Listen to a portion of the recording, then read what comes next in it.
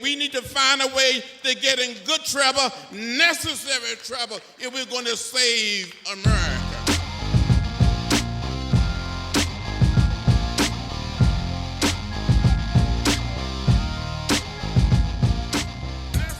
This is Paige. Welcome to the Necessary Trouble Show. Here's your host, my dad, Russell Fugett. Thanks, Paige. Welcome back to the Necessary Trouble Show. Today we're just going to do a quick monologue. So many of us are catching our breath after this election, and no doubt after about 15 episodes of this show, more or less focused on two subjects, the election and criminal justice reform via the Black Lives Matter movement. We're going to begin pivoting with 8 episodes left in 2020 to cover a little bit broader range of topics, but nonetheless, we're going to get into some necessary trouble. So I'm excited to bring those interviews and those guests to you.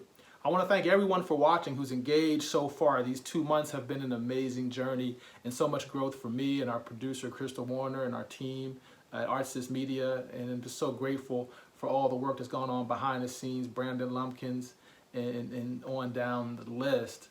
We're really excited for what this platform holds going forward. If you get a second, visit necessarytroubleshow.com and check out the podcast, subscribe on YouTube, like us on Facebook, follow us on Instagram.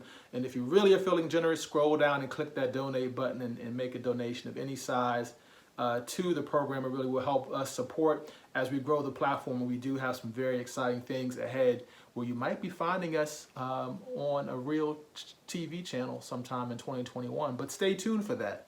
So from small beginnings come great things, and I can't wait to expand this platform to make space for even more voices who need to be heard in this very important time in our country. But today, I just want to give you 3 quick things to think about as we transition. Of course, President-elect Biden has begun his transition initiative, so I thought it could be a good time for us to consider one as well here at Necessary Trouble Show. Number one, I want to encourage everyone to think about how they can live beyond themselves. In America, that just works for me or just works for you doesn't work for all of us.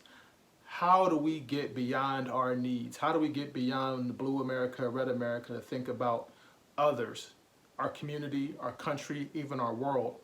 How can we serve more broadly? How can we love more deeply? How can we contribute more generously and live more richly beyond ourselves? Indeed, what John Lewis called us to do was to restore the soul of America. It wasn't to restore my soul or even to restore your soul, but how do we restore the soul of America? Indeed, how do we restore the soul of our beloved community? And that community starts in our homes, it starts in our schools, it starts in our synagogues and churches and mosques. It starts in our community rec centers, it starts on our jobs and our workplaces when we're hopefully able to get back into them physically in 2021, and how we show up. How do we live beyond ourselves in a more compassionate and loving way and not just think about our needs and even our own suffering, right? How do we get beyond our suffering to really be considerate of others who may be suffering less, who may be suffering more, right? How do we have that compassion, that depth of character? It's hard work, but together we can do it. The next 2 things I'm going to pull from my book, Patience, Perseverance, and Prayer, which you can get on Amazon, 30-day devotional for entrepreneurs. And the first thing is with long vision, short steps. And that's actually day 7 in my book. And day 7 is a day where you rest. Of course, in the Bible, for those of you of the Christian faith like I am, long vision, short steps. So many of us want to see transformation, not just change in America, but transformation. So, of course, many of us believe, as I do personally, that selecting Joe Biden and Kamala Harris to be our next president and vice president is a step in the right direction towards a longer vision of a more inclusive America, America that has health care for everyone, America where we have better economic outcomes and better jobs and a cleaner and safer environment and better policing and better education and less student debt, and on down the list of so many things. So how can we have a long vision? How can we unify around a long vision to agree about what policies need to happen? In fact, in the public space, there is much agreement, according to polling, around a number of issues where there's clear majorities of people polled that agree on what our priorities as a country should be on some of the issues I just mentioned. So then how do we get to that? How do we take the small steps every day?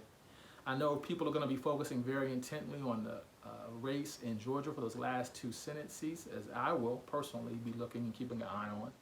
But how do we get beyond politics? How do we get beyond the demonization, as President-elect Biden described, to really focus on a longer vision for how we heal as a country and really move forward and make things better for the least of these, for the poor, for those who are sick or elderly, the widow, the orphans?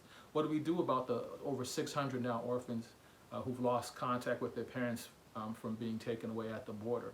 What do we do as a country? And that's how we restore the soul, is by thinking about that vision and then taking the small steps. What are the next steps?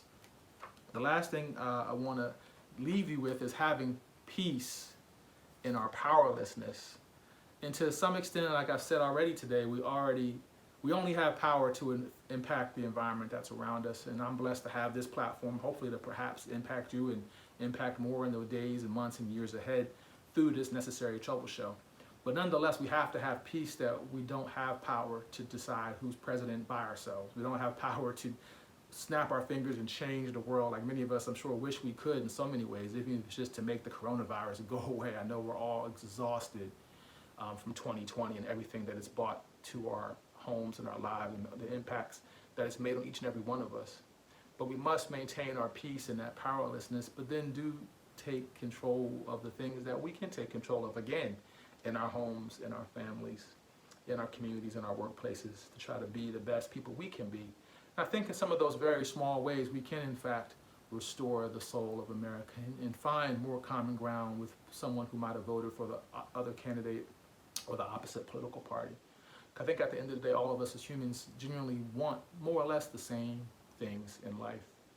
And I think that's it for today. So I hope that was helpful. I hope that was inspiring, and I hope that you will come back in this space on Monday. We have another exciting interview. We're going to, again, branch out a little bit in terms of the range of topics and really get into some very interesting things and get into some more necessary trouble. So thank you for watching this special episode. Again, 3 things to think about as we transition from the election, moving forward here in America and beyond. Thanks for watching the Necessary Trouble Show. Have a great day, and we'll be back in this space with another exciting episode very soon.